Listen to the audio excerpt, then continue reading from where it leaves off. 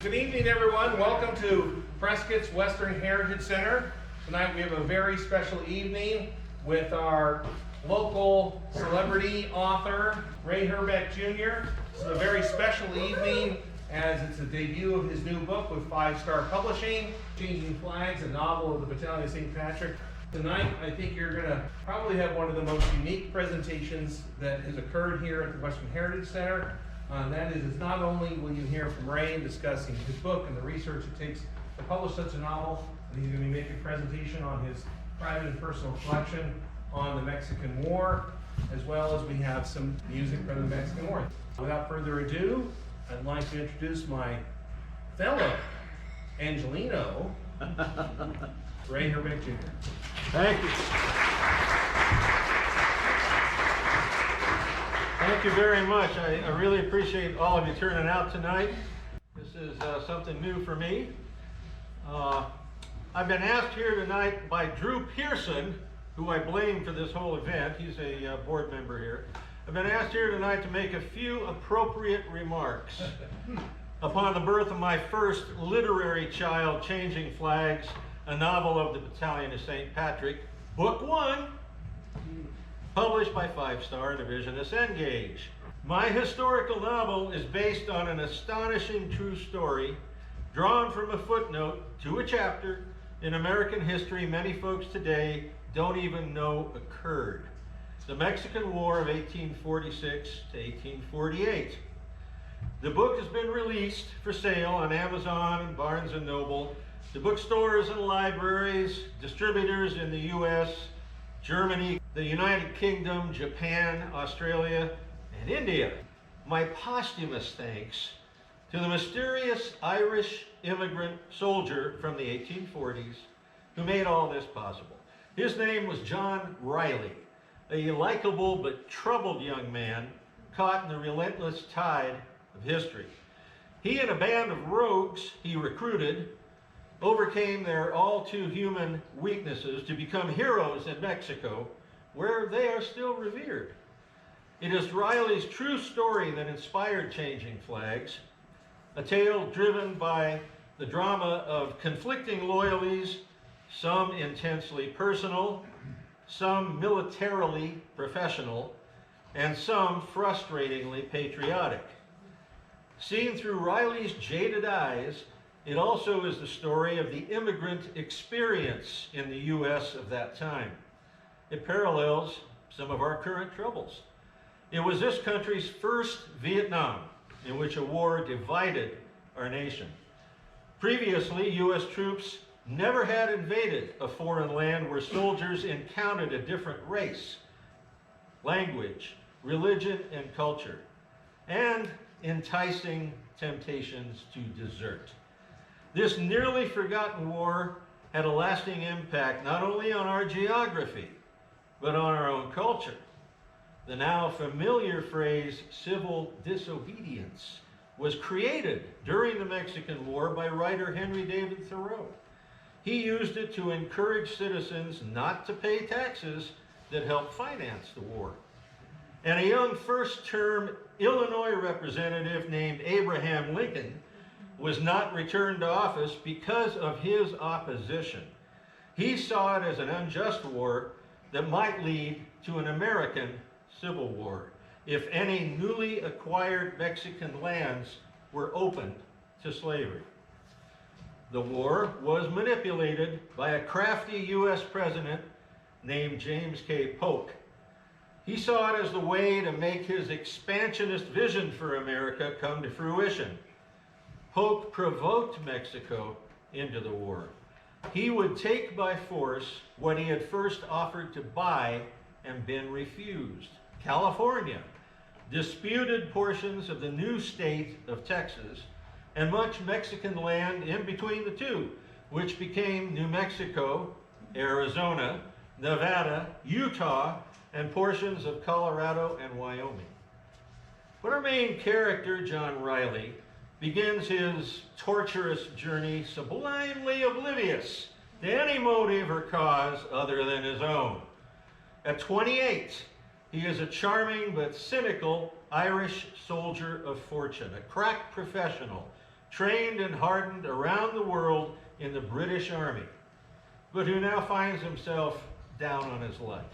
Riley has gone through life doing the wrong thing for what he sees as the right reason, and justifying it all by believing his own blarney. That's Irish for embroidering the truth until it teeters on the brink of a lie. In the late summer of 1845, this brawling, hard-drinking Irishman arrives in the rough frontier town of Fort Mackinac, Michigan, to enlist in the U.S. Army with the full intention of deserting. He plans to go missing once his regiment arrives in those disputed territories down in Texas. It's a pattern with which he is familiar. Riley sees all the saber rattling with Mexico as merely politics, a bluff in a card game of brag, but a means to his end. He had deserted his homeland years before when the potato famine hit by enlisting in the occupying British Army to obtain money. Then he deserted the British in Canada to look for more money in the United States. And now, after 2 frustrating years working as a laborer, he would join and then desert the American Army to obtain enough money to ship passage back home. He's looking for something, but not yet quite sure what that is. But then this pesky Mexican war erupts, and he is literally hoisted by his own petard when what he calls his brilliant plan backfires. And therein hangs not only his arse, but my tail. It amazes me to think that the idea for this book was born back in 1985, a long time ago, with my first movie adventure, and this old tin cup. It is an exact duplicate of the tin cups issued to U.S. soldiers during the Mexican War and later the Civil War. At the time, I was editor of a film industry production magazine. It's called On Location. I was also an amateur historian and a Civil War reenactor. My magazine opened a door for me to work in films and get paid as a historian and a technical advisor. So I walked through the door. For North and South Book 1, I recruited about 200 reenactors from across the nation for a pivotal Mexican War battle scene. It would be filmed on a farm outside Natchez, Mississippi. They had encamped in period tents and spent evenings socializing and frequenting sutlers. Those are merchandisers who sell authentic utensils, accoutrements, and uniforms. One night after filming, I bought this cup to add to my own kit. Then I wandered among the troops to see if they had everything they needed. In the various camps, I bummed coffee, often enlivened with a bit of alcoholic stimulant. I encountered a history teacher from Iowa who portrayed a U.S. Army captain. He had brought 15 others from Iowa, quite a trip, decked out in sky blue uniforms as U.S. Army regulars. You can see one of those coats right over there. We sat down by their campfire, sipped our coffee, and talked about the next day's filming. The 2 heroes in North and South, actors Patrick Swayze and James Reed, were to participate in an event drawn from history, an attack on a bridge across the Churubusco River outside Mexico City. The scene would comprise about 150 U.S. troops, 6 U.S. cannon with horses and limbers, and about 50 Mexican soldados, their soldiers, and 4 cannon defending the fortified bridge. It would be a big day. Everyone was excited. I asked the teacher if he also reenacted the Civil War. When he replied no, I asked why. After all, most reenactors develop multiple impressions from various eras. He replied, I enjoy the Mexican War more because it was a time when we were all together on the same side. Then he added with a smile, except of course for those crazy Irishmen. To my quizzical look, he explained that in history, a few hundred Irish deserters from the U.S. Army had joined the Mexican Army. At Churubusco, they were holed up in a fortified convent near the bridge we would be portraying in our movie. This caught my attention. My first burning question was why? Well, who would do a thing like that? Of course, I knew every army had some deserters throughout the history, but why join the enemy and shoot at your former comrades?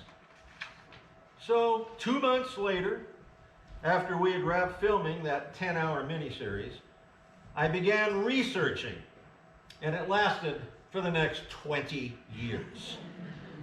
I collected every book I could find on the Mexican War, never enough, personal memoirs, collections of letters, official documents from the Library of Congress and the National Archives.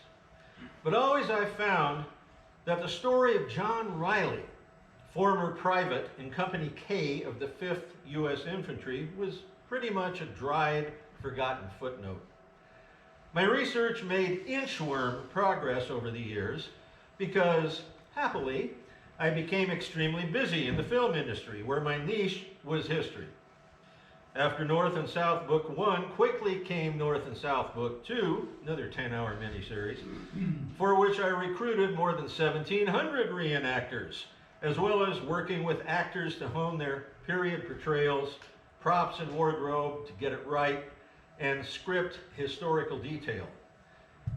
This was followed by Gone to Texas and Alamo, The Price of Freedom, an IMAX film still showing in San Antonio, and in 1989, Glory, which won 3 Academy Awards. Over those 20 years, I worked on 21 film projects and rose from historian and tech advisor to associate producer, and finally to writer and producer. I barely found time to research, let alone write a novel.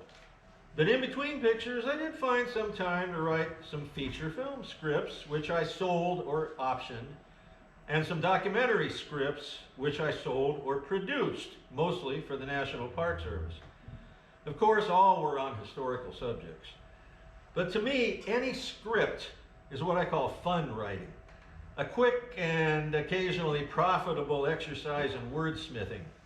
To me, a novel is serious writing. It demands not only research, but uninterrupted concentration, time, writing, even more rewriting, and gallons of coffee.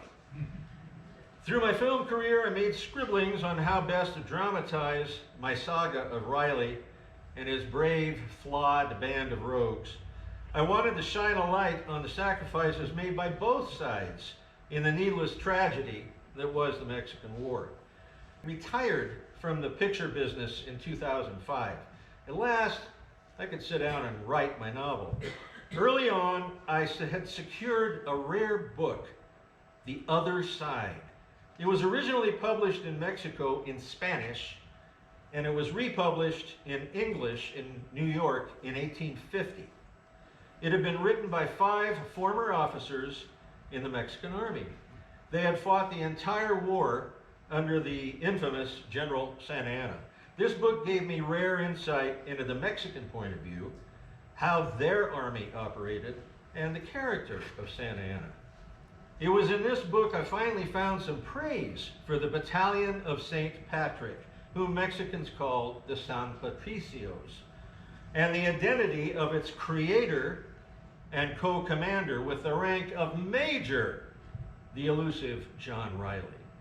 I also learned that during the unit's first battle at Monterey, an unnamed heroine emerged known only as the Angel of Monterey. Under constant fire, this young woman had brought water, food, and medical care to the besieged and wounded Mexican troops. She was one of many so-called soldaderas, soldier women, who provided support services for the Mexican army, let's say in a variety of ways. I decided to give her a name, Lucero, which means the early light of dawn, and through her and her bawdy friends, provide romance for the lonely San Patricios. So now, I knew that the leader of the San Patricios was my John Riley, but much of his character remained lost to me in the mists of time. I still had no answer as to why he did what he did. Then, through the National Archives, I found a 6-page letter he wrote in defense of his actions, and several letters to his Irish friend, a man named Judge O'Malley of Mackinac, Michigan, where Riley first began what he called his adventures. These letters, plus an interview given by O'Malley to a newspaper after Riley had become notorious, left me clues as to his speech patterns, his sense of humor, his motivations, and his character, good and bad. It was enough for me upon which to build. I could tell the story of the Mexican War now from both sides, as seen through his cynical and bitterly amused eyes. It also helped when writing his dialogue that I spent my formative years with my Irish grandmother. Her healthy brogue and sense of humor somehow surfaced in all my Irish characters. I determined to be as honest to the truth as research and my storyline would allow. I always kept in mind that I'm telling a fictionalized account, a hopefully entertaining yarn, not a dry history book. I would use the known skimpy historical facts about these misfits to place them in the context of their times as to racial, ethnic, and cultural biases. Then I would fill in the sometimes large gaps with my overactive imagination. The final piece of this historical jigsaw puzzle fell into place when I learned that there still stands a large monument with a marble shaft on what was once the outskirts of Mexico City in 1848. It is dedicated to the memory of the Battalion of St. Patrick, the San Patricios. It lists more than 50 of its members, though several hundred had served. I researched their names and found out the U.S. units from which they had come. This shed historical light on their possible backgrounds and motivations. I found not only Riley's name, but that of the unit's overall Mexican commander, the bilingual Colonel Francisco Moreno. Imagine my historical joy when I discovered that he had served under Santa Anna at the Battle of the Alamo, which was 10 years earlier.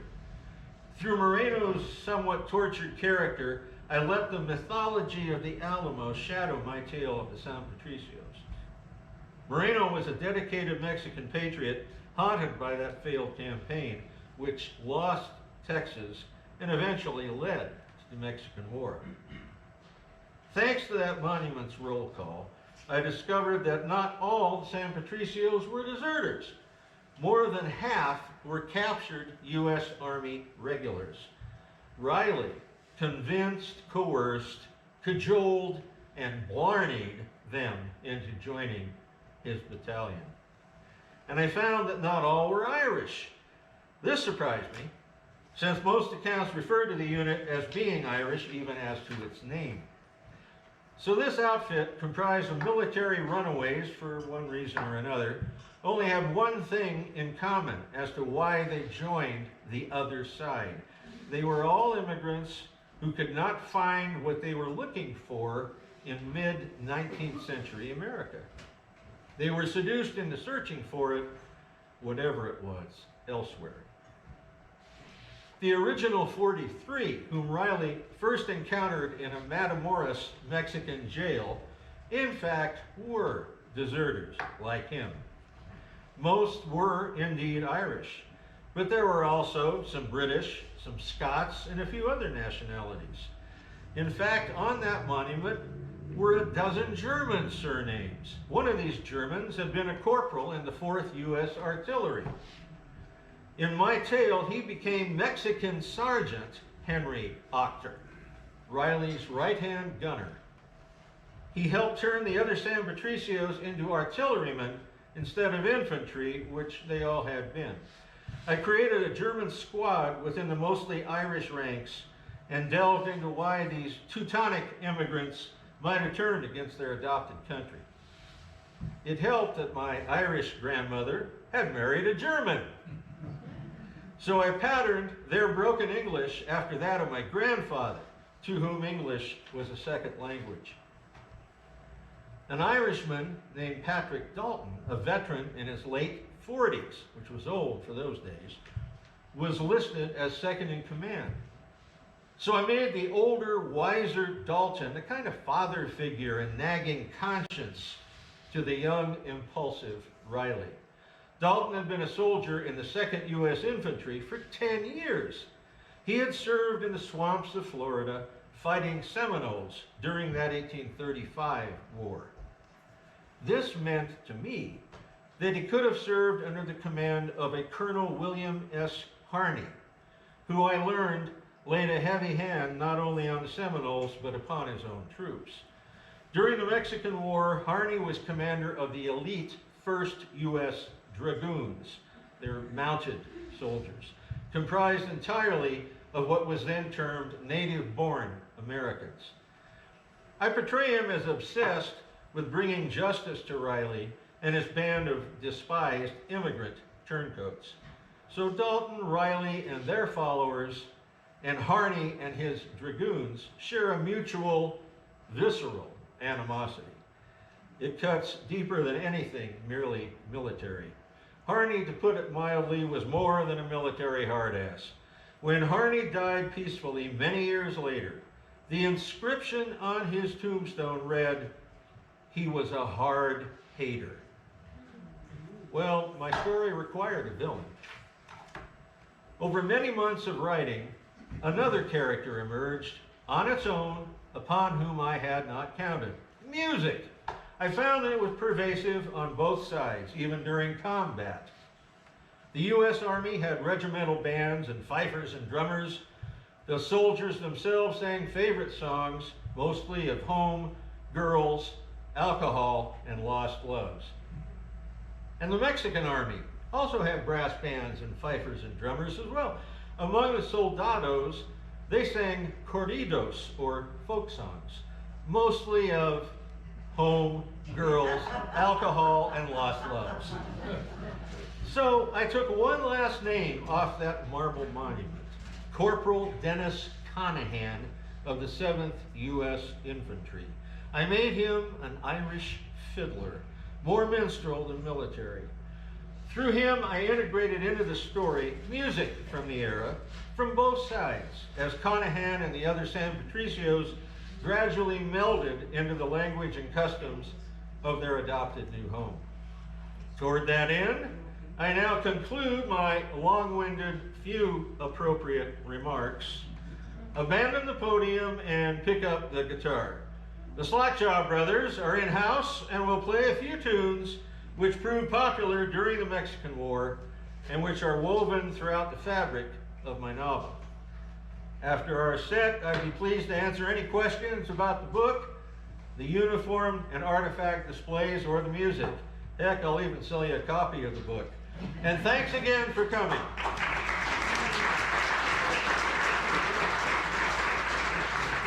Brother Tom, come on up. Or is it down? Yeah.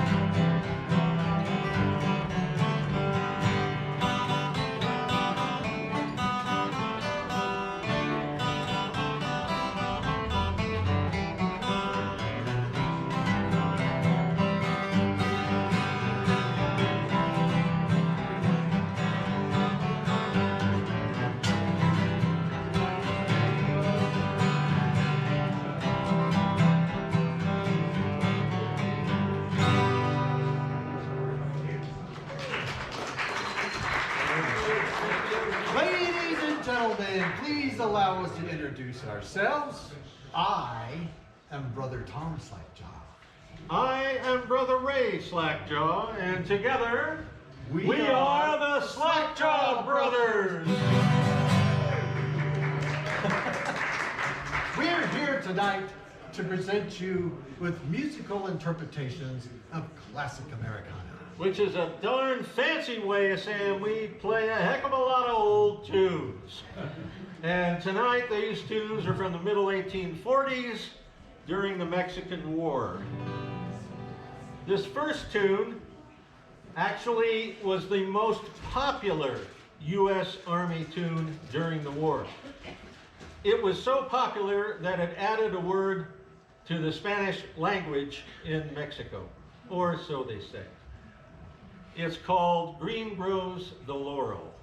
And the story goes that the American troops sang it so often and played it so often throughout Mexico that the first two words of the name, which are the first two words of the chorus, Green Grows, eventually evolved into Gringos. You can believe that or not, but that's the story. Also, it was the first, I believe, the first song about what today we call a Dear John letter. Maybe that was why it was so popular. You know, Uncle Tug told me about a Dear John letter he got once. He wasn't in the Mexican War, though, Uncle Tug. No, he avoided that kind of stuff. And any of you have heard us before, you're always hearing our stories about our Uncle Tug. But this one is just like the other ones. So Uncle Tug was courting a lady, and he wrote her what he thought was a very creative love letter, and he put a very inventive poem in it that had never been used before. He wrote, "Roses are red, violets are blue. Sugar is sweet, and so are you." Quite touching, and so original. Yes. Yeah, and she wrote him back. And she put a little poem in her letter too. Did she? Yeah. "The roses are wilted, the violets are dead. The sugar bowl's empty, just like your head." That sounds like the Uncle Tug I know. So, that's the kind of things that happen to Uncle Tug. So now we're going to play Green Grows the Laurel. Green Grows the Laurel.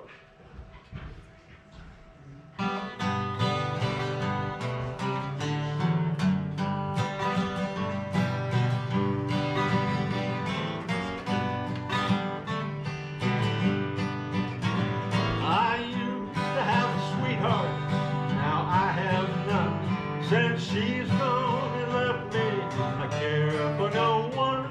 Since she's gone and left me contented, I'll be if she loves another one better than me. Green grows the laurel, all sparkling with dew. I'm lonely, my darling, since parted with you. By the next meeting, I hope to prove true and change the green laurel to red, white, and blue.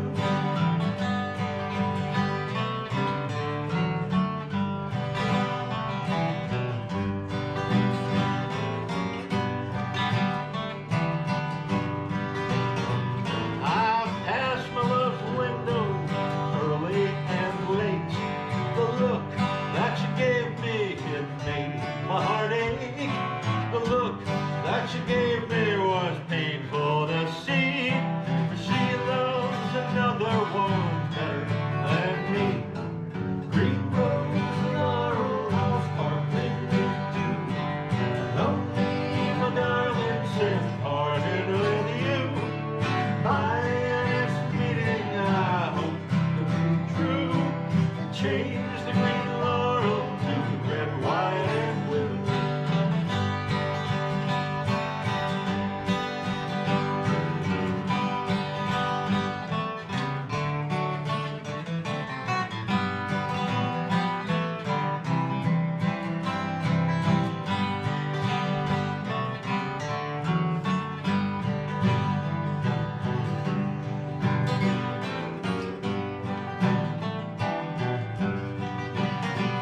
I sent my love letters in rosy red lines.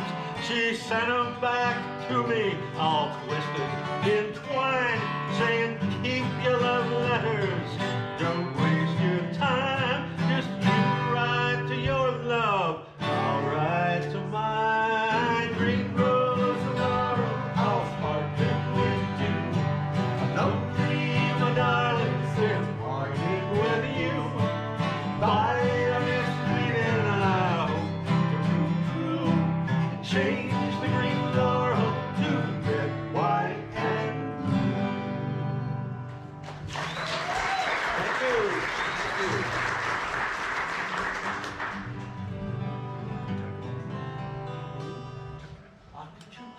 This next tune was one of those corridos that I mentioned in my little talk, Mexican folk song.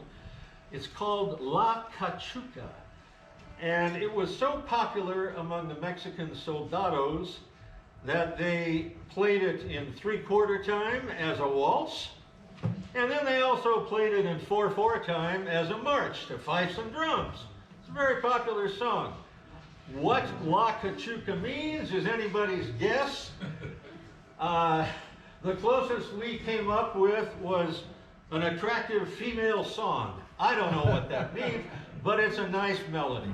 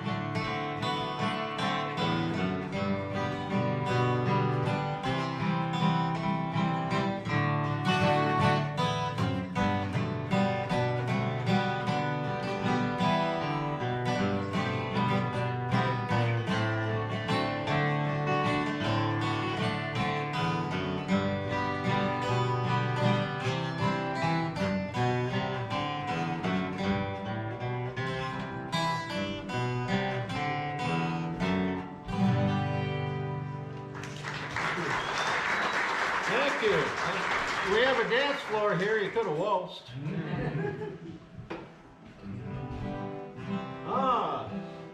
Brother Tom is getting into harness.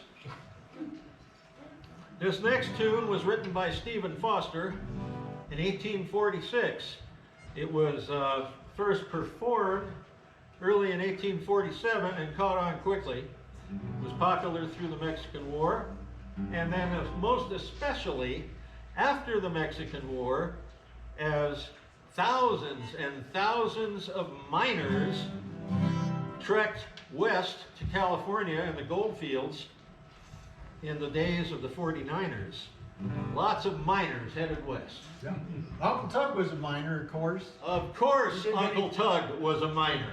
He was a miner right here in Prescott, by the way.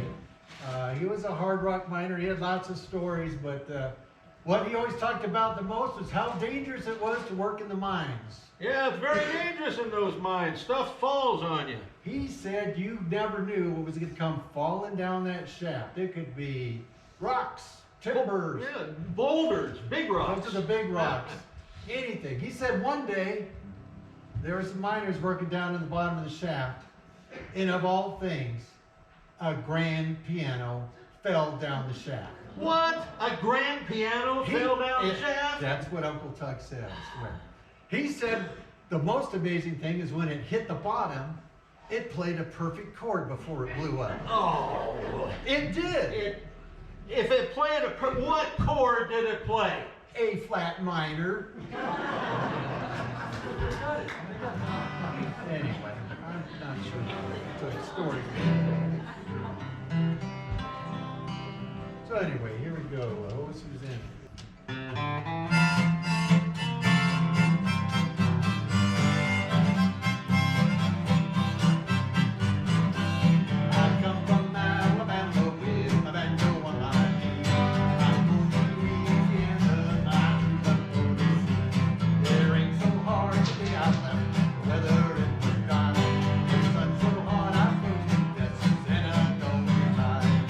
Oh, Susanna, don't you cry for me.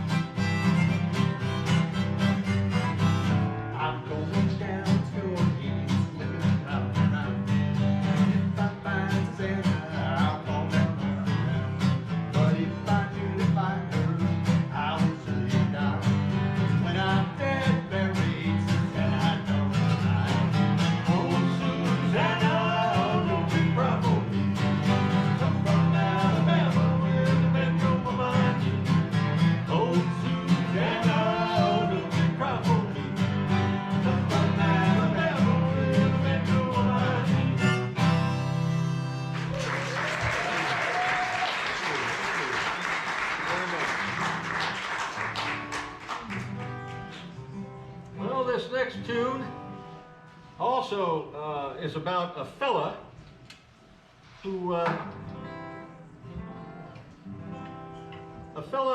lives across the great river from Alabama, and he's a hard worker guy, and he has a girlfriend on the other side of the river in Alabama, and he's so much in love with her that he considers her his Rose from Alabama. Yeah, Rose of Alabama. Lots of women have been given names of flowers, right? We got Rose, Yeah. Lily, Violet, Orchid. Orchid. Women love. How many women out there like flowers? Raise your hand. Or the men. Don't be ashamed. Don't be ashamed. You know, but my Uncle Tug and Aunt May, they managed to even have an argument about flowers. Oh, they could argue about anything. Yeah, one day she said, you know, Tug, we've been married 30 years. I don't think you know a thing about me. He said, what do you mean? She said, I bet you don't even know what kind of flower I like. Did he know? He said, I sure do. You like Pillsbury flower. They kept arguing for 3 more days. Anyway, what's the name of this song? Rose of Alabama. Rose of Alabama.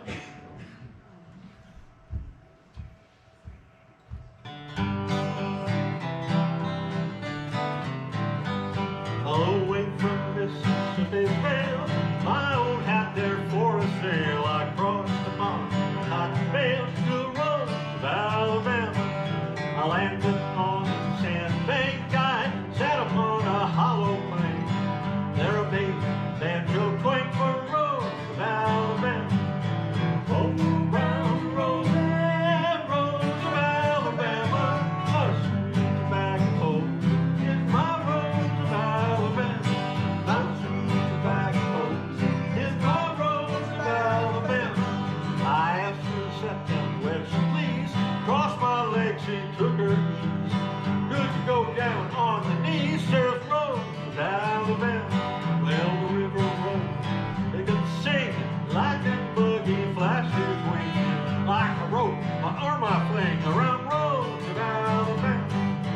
Oh, brown rose, red Rose of Alabama, a sweet tobacco is my Rose of Alabama.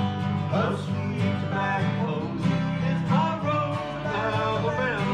Well, I hugged so long, I cannot tell. Rosie seemed to like it well. My banjo in the river fell. Oh, Rose of Alabama. Like alligator after prey, I plunge in, but it float away. All the time seemed to say, oh, Rose of Alabama.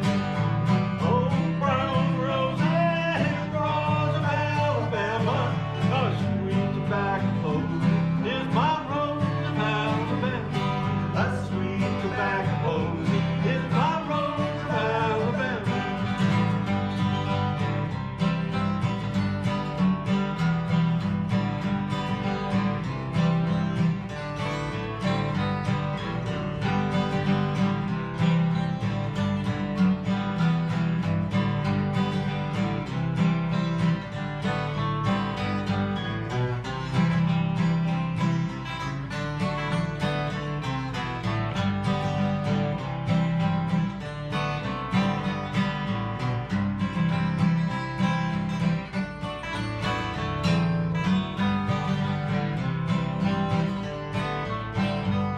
And every night, moon or shower, I hunt that banjo for an hour. I meet my sweet Rebecca flower, my Rose of Alabama.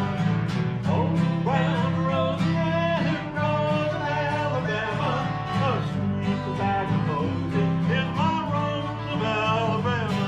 A sweet tobacco is my Rose of Alabama.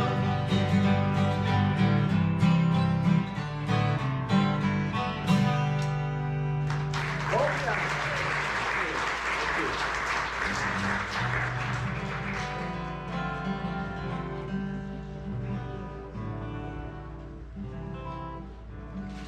Want to play another one?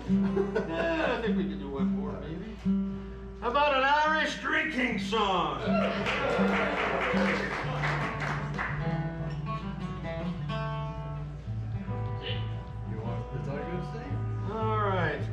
This next song requires a bit of a definition of terms. Define terms for me. Oh, never mind, go ahead. Prison terms? Uncle Tuck can tell you about that. The first word is grog. Now, those of you who do not know it, grog is an alcoholic drink made famous by the British Navy on a daily ration basis. It was primarily rum, water, and citrus juice. Helped ward off scurvy, or so they say. Eventually, it became used, euphemism for any kind of good liquor. By the 1840s, especially among the soldiers, grog was very popular. Very popular. And in our Irish story, it plays a prominent role among our misfits. So, Then the other term is tin. Tin became a euphemism for any kind of coinage. There wasn't much in the way of paper money in those days. It was gold or silver, copper, and sometimes tin made to look like that, which meant it was worthless. Those are two words you'll hear in this song quite often. all for me grog. It's about All the for me grog. drinking in Irish, two terms that are almost inseparable. So, gotta take a poll. How many people like drinking? Raise your hand. Come on. Well, I'm not taking names. Jack, you didn't raise your hand. I know you like drinking. How many people have some Irish blood in them? Raise your hand. Irish Raise your hand. blood. Okay, what county? Do you know? Anybody? What county did you? What county? What county? County Cork. Hey, County Cork, right here also. All right. Yeah, I'm proud to say I'm half Irish. Half Irish? Yeah, at least I think I am, because my mother told me that my father came from county jail. Does that? I haven't looked that one up on the map yet, but I'm sure it's It there must be somewhere. there.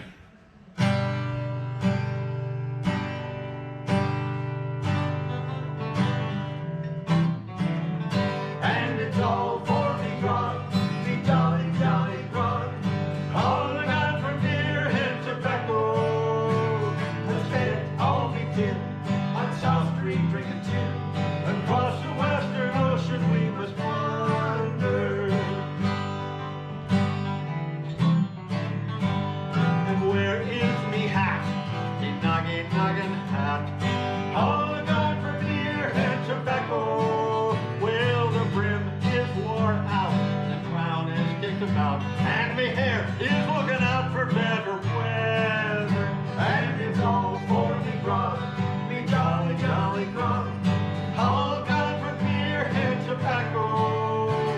And spent all me tin on South Street drinking gin. Across the western ocean we must wander. And where is me shirt? Me noggin, noggin shirt. All gone for beer and tobacco. Well, the sleeves are wore out and the collar is kicked about, and me tails is looking out for better weather. And it's all for me grog, me jolly, jolly grog. All gone for beer and tobacco. I spent all me tin on South Street drinking gin. Across the western ocean we must wander. And where are me boots? Me noggin, noggin boots.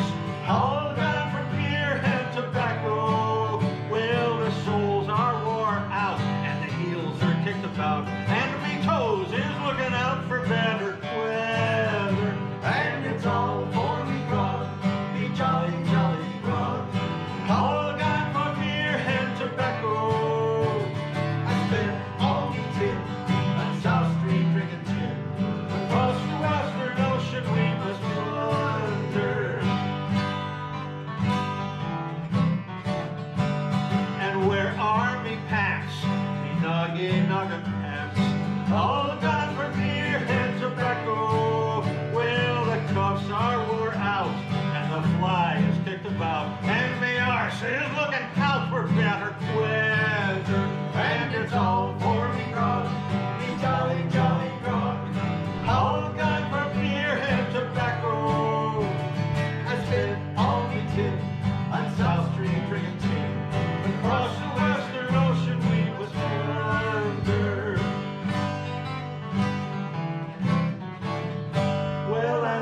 and Stony Brook, and I'm parted from me smoke. And the sky is looking blacker than the thunder, and the tavern keeper too, for we haven't got a sou. That's the way it is when you're out in thunder, and it's all for me gone, me jolly, jolly grog. All I've got from beer and tobacco, I spent all me tin on South Street in the tin. Across the Western Ocean we must wander. Well, I'm sick to me head, and I haven't been to bed since first we came ashore with all me plunder. I see centipedes and snakes, and I'm full of pins and aches, and I think it's time we push out over yonder, and it's all for me grog, me jolly, jolly grog. All gone for beer and tobacco, I spent all me tin on South Street drinking gin. Across the Western Ocean we must wander, and it's all for me grog, me jolly, jolly grog. All I got for beer and tobacco, I spent all me tin on South Street drinking gin. Across the Western Ocean we must wander.